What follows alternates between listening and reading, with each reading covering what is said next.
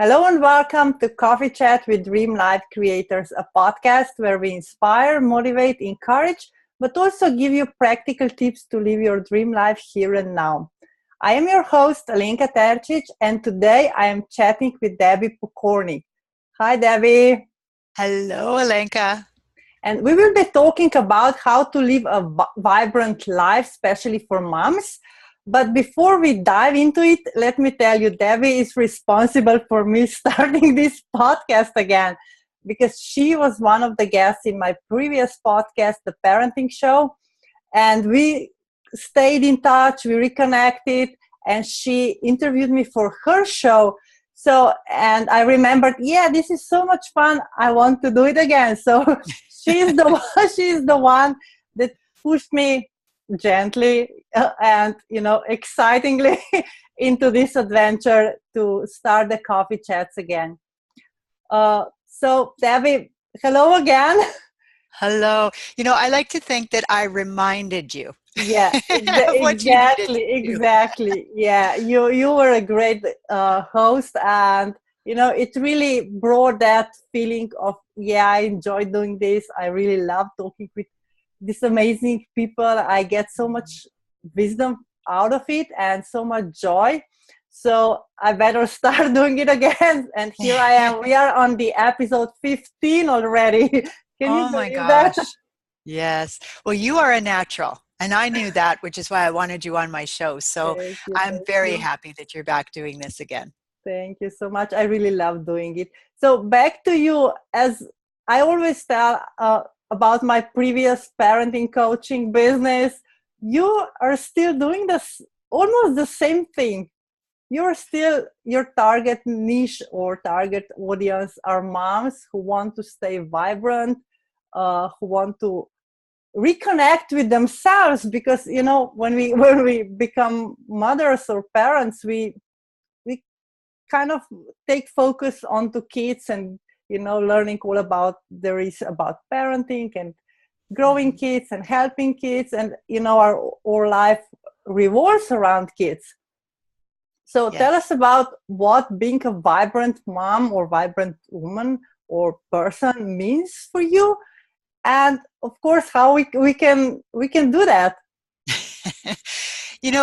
It's really interesting because I think that being vibrant to me, and not just vibrant but powerful as well, really is about tuning in to who you are, who you're meant to be, what kind of things are getting in your way, and what you can do to change that if you want to.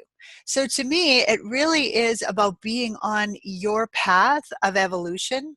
And when you're on that path, you feel fantastic, even though you still have bad days. You still Yeah, of have days where course. you don't even want to get out of bed, but for the most part, you can handle it. You feel good about your life. You feel not in control of your life, as in, you can stop things from happening, but you just know you have this sense, this strong connection with your resiliency, and this knowledge that you can handle whatever life throws your way. And so, to me, that's a big part of being vibrant. It's being awake and tuned in to what's going on. Awesome. And for me, being not non-native speaker, it's always interesting how we interpret words, because vibrant for me is like, being full of life and energetic. And you're talking here about the inner wisdom and power. And it's not that it doesn't fit together, but it's completely different what I expected Yes. from you. But it's interesting, Alenka, because really that's the same thing. Like when people come to me because they're struggling with their child, they want me to fix their child or to give them ways that they can fix their child.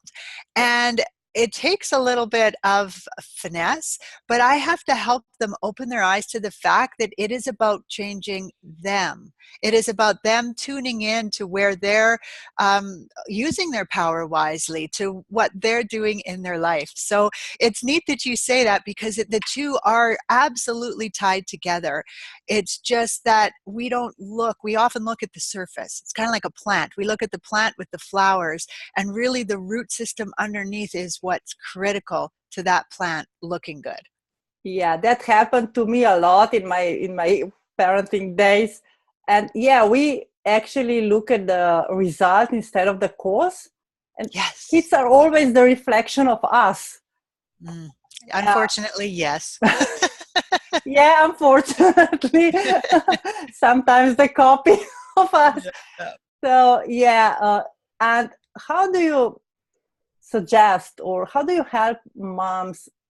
And I assume here that you're working mostly with moms, but I guess you also have dads in your practice. But how can we really tune into this inner wisdom and trust ourselves? Because what I learned again back in the days, that again, it's all information out there, and the doctor says this, and that doctor says that, and the parents are telling you something, and everyone is telling you how to raise a child.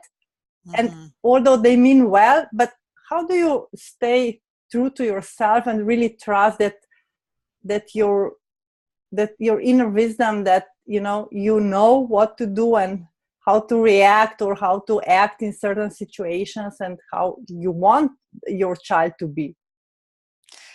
Yes, and I mean, that is a very big question. And interestingly enough, I do put out my show as Vibrant, Powerful Moms. I get a lot of women now, especially that are coming to me that say, you know what, I'm not a mother and I don't know if I ever will be a mother. And can you still work with me? And I get dads as well who come, and because it's all about tuning in to who you are as a person and to living your best life. So even when we're talking about helping our kids, we're always focusing first on who we are and how we can grow as a person. So when it comes to your inner wisdom, to me, there's probably more than one piece to this. We start with intuition, with really just hearing that voice that's there to guide us and to help us. And then it kind of, I'm going to say it has like a scale, but I don't want people to think that you have to graduate through scales, because you don't. But my point is that when you get to the level of inner wisdom, that's where you are totally open to your own connection to the divine. And I'm not talking about religion here at all. I'm talking about understanding that we all have two parts to us. We have that part of us that is our ego, that is our human side, that feels a lot of fear, that reacts out of fear, that gets us in a lot of trouble, really, because we let the ego often run the show when the ego really isn't equipped to run the show. That would be like having your pet dog run the house. They're not able to. As cute as they are, as sweet as they are, They they're do not equipped. sometimes. Oh, they will upset the house, but they're not able to Yeah, run the house properly. And people, yeah, I mean, you can see that in a exactly. second, right? Yeah.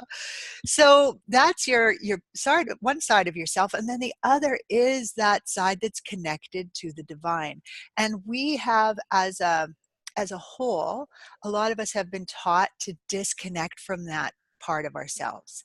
And then, religion has confused a lot of us. The schools confuse us. The messages we're getting all the time have confused us.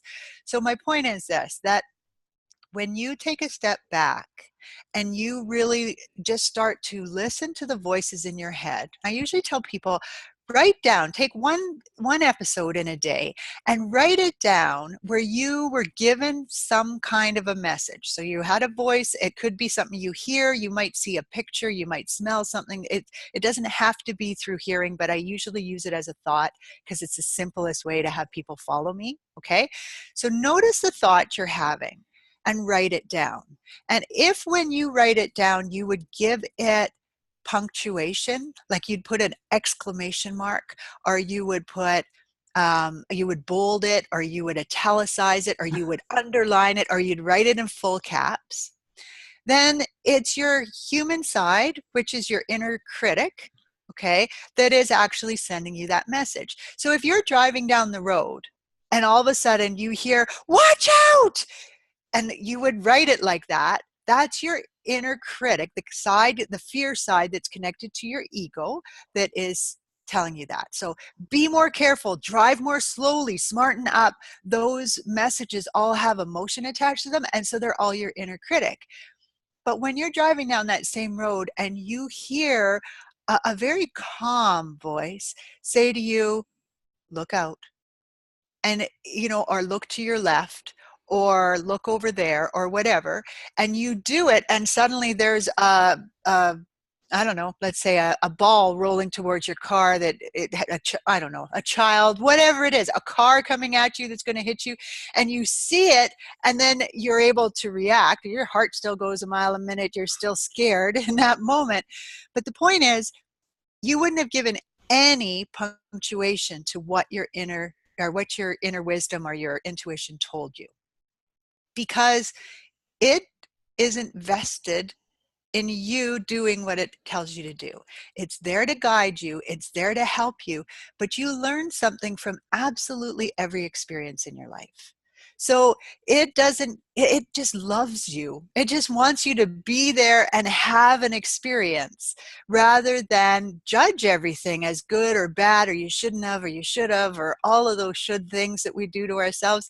And so the inner critic will judge you. Our intuition does not.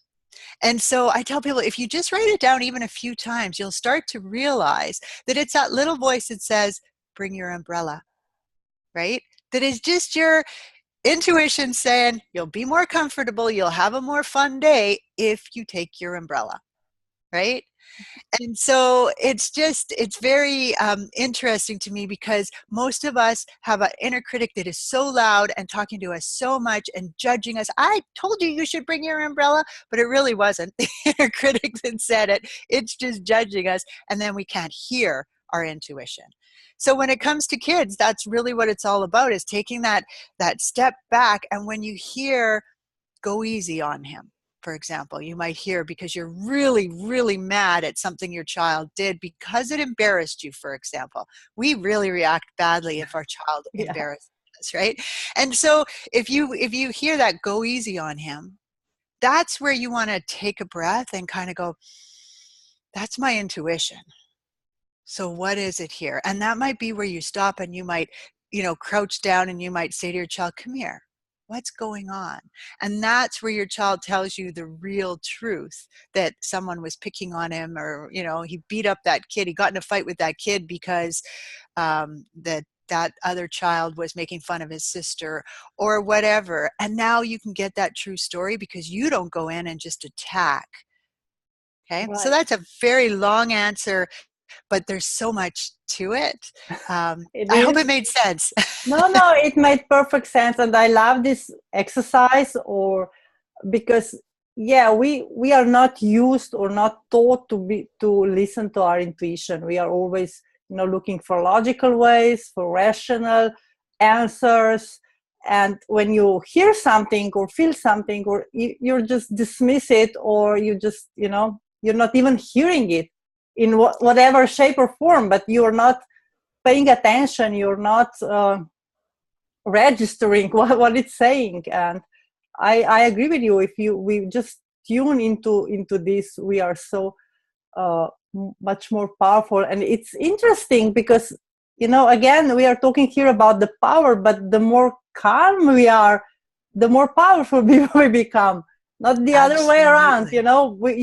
You would expect from our experiences, those with loud voices and being bold and gesturing a lot, those are the powerful figures in our lives. So Yeah, and I this is really an internal power, right? So yeah it's very different from that power over, I'm going to make you afraid so that you listen to me. yeah, but that power is based on fear, or on the pressure or whatever. It's not the real power over you or of you. Nope. It just kind of artificial. I don't know which word to use, but it's really like the position that someone holds, or it's not influencing you in any way if you are powerful within. Yes, absolutely. That is key to how you react. Yeah. Yeah, awesome. So if we go back, how can people listen more to their intuition? And I know that you said, okay, be quiet, write down your what voices are telling you, but this sounds like some crazy voices in your head, which are definitely not. So how can we learn to listen more to this, to really get to the point where we hear it? You know, I think that for a lot of us, like what happens, I'll go back to the umbrella incident, right? Where you hear this gentle, take your umbrella, you don't do it, you don't take it, and then it starts to pour rain while you're like halfway from the car to the store, whatever, and you think, oh, I knew I should have done this. So you start kind of beating yourself up instead of taking that second and going, oh, that was my intuition. And so, what I like to teach people to do is to start noticing those little things so that when they happen, you actually listen to them more. And you don't beat yourself up now. You just go, oh, that was my intuition. And you'll start to notice that when you ignore your intuition, you often regret it. In fact, you always regret it, Yeah. right? Whereas you can ignore your inner critic and you actually often will feel better about things, right? So a big trick to it is to start differentiating these two things.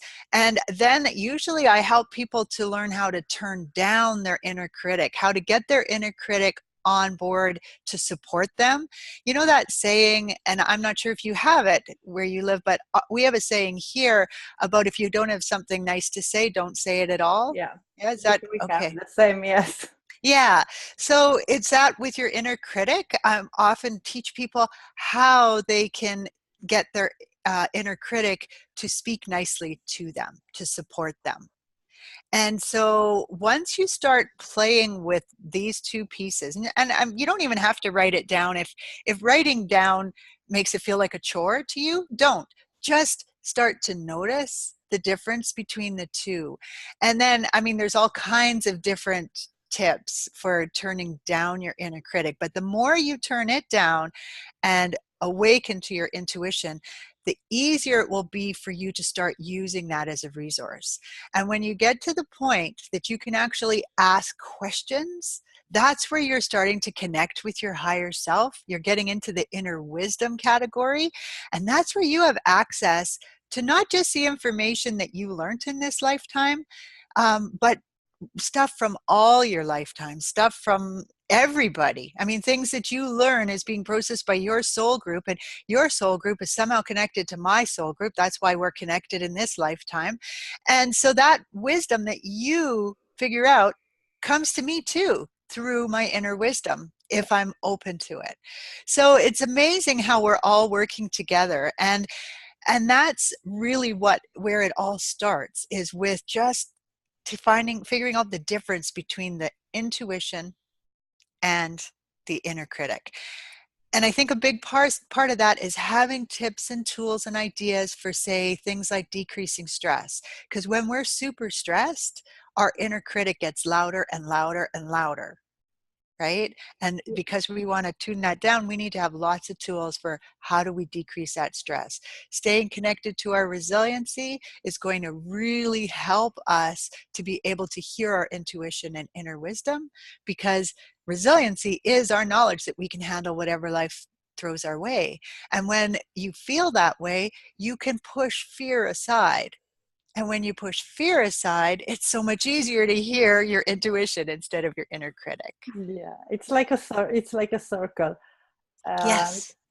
but how do you what's your tip to help people with, you said, when we are learning to do this, when we are tuning in, uh, there's a lot of internal struggles. You don't know who, like the angel and the devil on your shoulders, and Yeah. you, at least I was feeling kind of lost, not really trusting my intuition yet, and having, ego and inner critic even louder, because I was steering away of the norm or from my habits, the old thinking, the patterns and everything.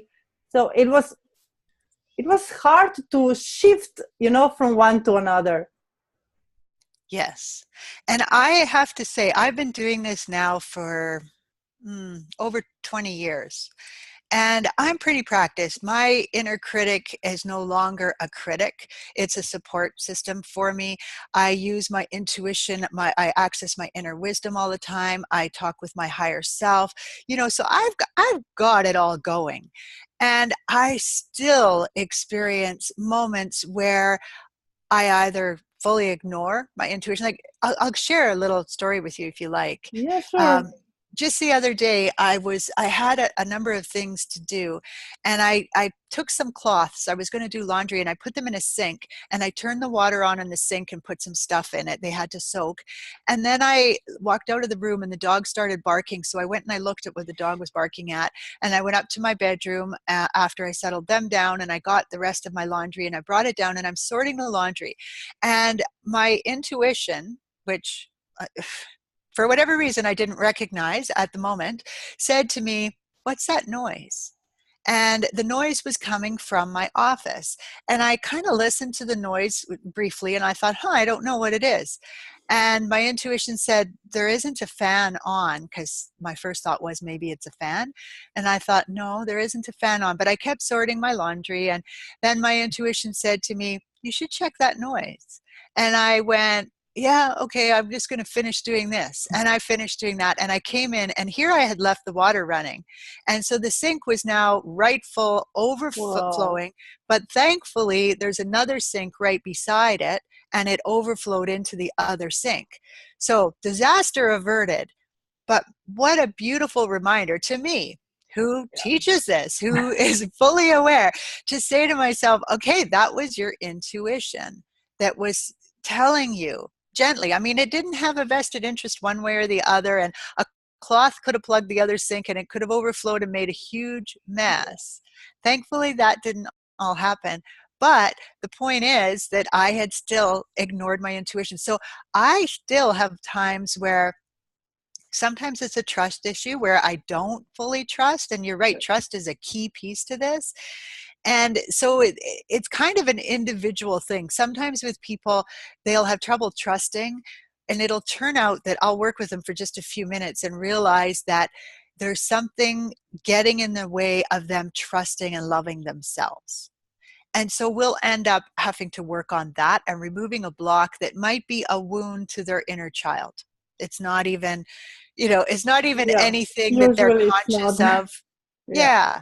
And then once you do that, they're able to then connect better with themselves and love themselves better. And then from that, trust can build, and then they start trusting this voice more. But it's hard. And I think one of the reasons it's so hard is when you prevent something, and this is a story of my life. I'm a social worker who focuses on prevention, right? When you prevent something from happening, you never know if for sure it was going to happen, Yeah. right? And so then it's very hard to use that as your measure for why you do things, because people want proof. They want, like you said, the logical mind says, if you can't scientifically prove this, then it doesn't matter. And it's like, well, it really, really does, because that's how you keep that connection with your intuition and your inner wisdom flowing, is by recognizing, wow, I have prevented this from happening. And people go, well, you don't know. You can't say you prevented a car accident because you got your tire changed, and it was going to blow out. You don't Yeah. know. It might never have Right. had a Yeah. blowout, but you can believe it. And the more you believe that, the more you take your power back from that kind of thinking, and you say, you know what, I diverted a disaster there. I prevented that from happening, or something bad from happening. That strengthens your connection to your intuition and inner wisdom. Clear as mud, Awesome. right? Yeah. Easy, easy. Yeah. Uh, Yeah. and what about making your inner critic a friend? Like you said, Yes. now it's your ally in your business, in your life. How do you convert it? Yes. Well, there is a step-by-step process. And I actually talk about this in a couple, I think, of my Vibrant Powerful Mom show, because there's so much to it that a person can't take it all in at once. So the first thing I do is I have people become aware of their inner critic and give it a name. I tell Okay. them, don't give it a name of someone that you know, even though it might sound like someone that you know. Don't do that, because when you do, you're giving your power away to that person. You're making them way more powerful than they are, because you're giving them space in your head, and you're giving them a connection, a direct line to you. And it's not even them doing it, it's you, right? Right. So I suggest people find a name, and typically I use names like naggy, snarky, Okay, so wannabe. they are not Uh, real names. they're not real names, but if you want to call yours Joe and you don't have a person named Joe in your life that you're connecting it to, that's fine. You can give it a real name. And I've certainly had people. I had a dear friend who called hers Ivy, and that just worked for her. And so that was the name. So you can Awesome. do that, but just make sure it's not someone you know. And so once you've given it a name, you can actually start talking to it. So when suddenly Nagy, starts saying to you, uh, you could have made that sink flow all over. What a mess you would have made. This is terrible. You can say, Nagy, stop. There is no disaster. I've learned from it. It's okay. And so it's almost like you're soothing a friend. Or I often tell people it's like your eccentric aunt that comes to visit. This totally crazy in so many ways. And you still want to treat her with love and respect, because she's your aunt. And that's the same with Nagy. Nagy really is trying to keep you safe. That's what that's what your Yes. inner critic is doing, because your ego is always in a state of fear until you start to tie everything together, and then you can get to a place where you're not in fear. And so then you can even start pointing out to yourself and to Nagy when you do something and you divert disaster, because that helps you to stay connected with your resiliency. So now you say, Nagy, look how great this worked out. It overflowed into the other sink and it didn't flood. And this is awesome. And I'm going to celebrate it, that it turned Awesome. out okay. And so as you're doing that, Nagy calms down, just like that child or that eccentric aunt who's trying to get under your skin. But when it doesn't upset you, when instead you just say, it's okay. Thank you. Thank you for trying to protect me. It's okay. I'm all right now, you know. Awesome. So in both cases, we just need to appreciate and acknowledge and really, bring And it set to, boundaries. yeah. That's appreciate, acknowledge, and set really clear boundaries for Nagy. You may not talk to me that way. Awesome. Don't talk. Awesome. And it's the same boundaries. It's interesting because when you practice this, these are the same things that you sometimes have to say to other people. I don't like when you talk to me that way, when you treat me this way. You can't. I won't be around you if you're going to treat me like this. And you're doing the same thing with Nagy. You're just simply saying, this is not okay. And she will Awesome. start to listen. Sometimes you do have to use people before how to make her shrink down, disappear, maybe send her, Oh, pack her bags and send her on a holiday, and tell her then, you may come back when you're ready to talk nicely to me, oh you know? wow. Yeah. And the thing is she's back really fast because but the point is you're setting a clear boundary, just like you do with your kids. Same Yeah, idea. like sending your kids to the room. Yes, yes. And saying that that Awesome. behavior is not okay. There's going to Awesome. be consequences, and then putting them clearly in place. It's all the same kind of stuff. Just here, you're actually separating out your inner critic a little bit so that you can see her objectively and you can quiet her down. So Awesome. you can ask her to support your intuition. When you hear my intuition, poke me, let me know.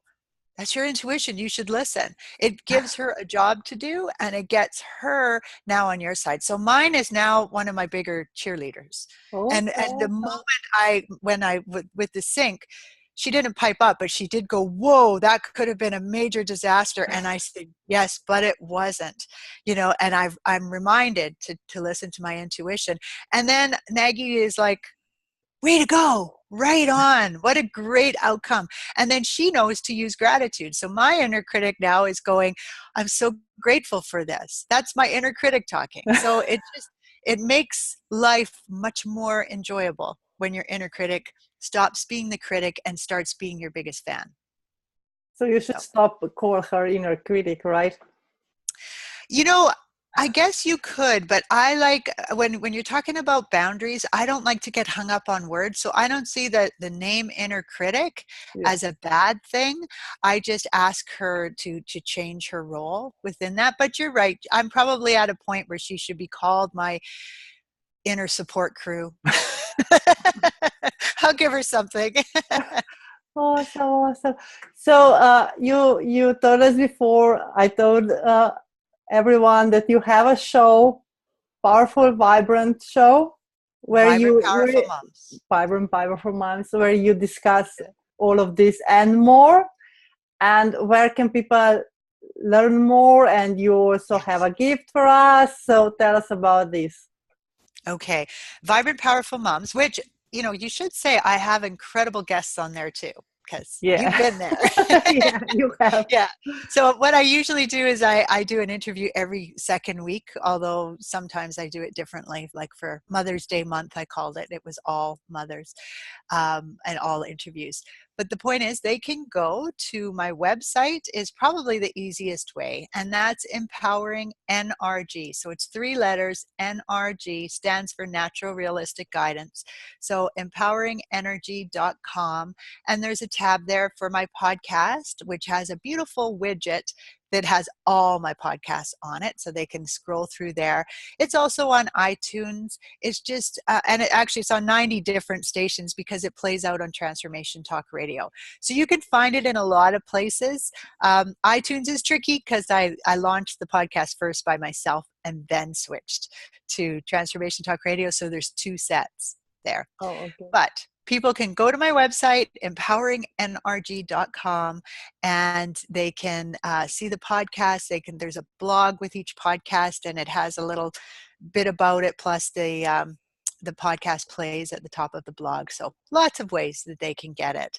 And on my website as well, there are quite a few different freebies, but my favorite one, I think, for your audience would be the secrets to living a vibrant life. And I share 5 different secrets that they can use to just help reconnect to some of the things that will help them to hear their intuition more, because they'll calm down their stress and they'll learn some breaths to get oxytocin flowing. And there's just lots of great things in there. So I've actually created a bit.ly link for that. You can find it on my website.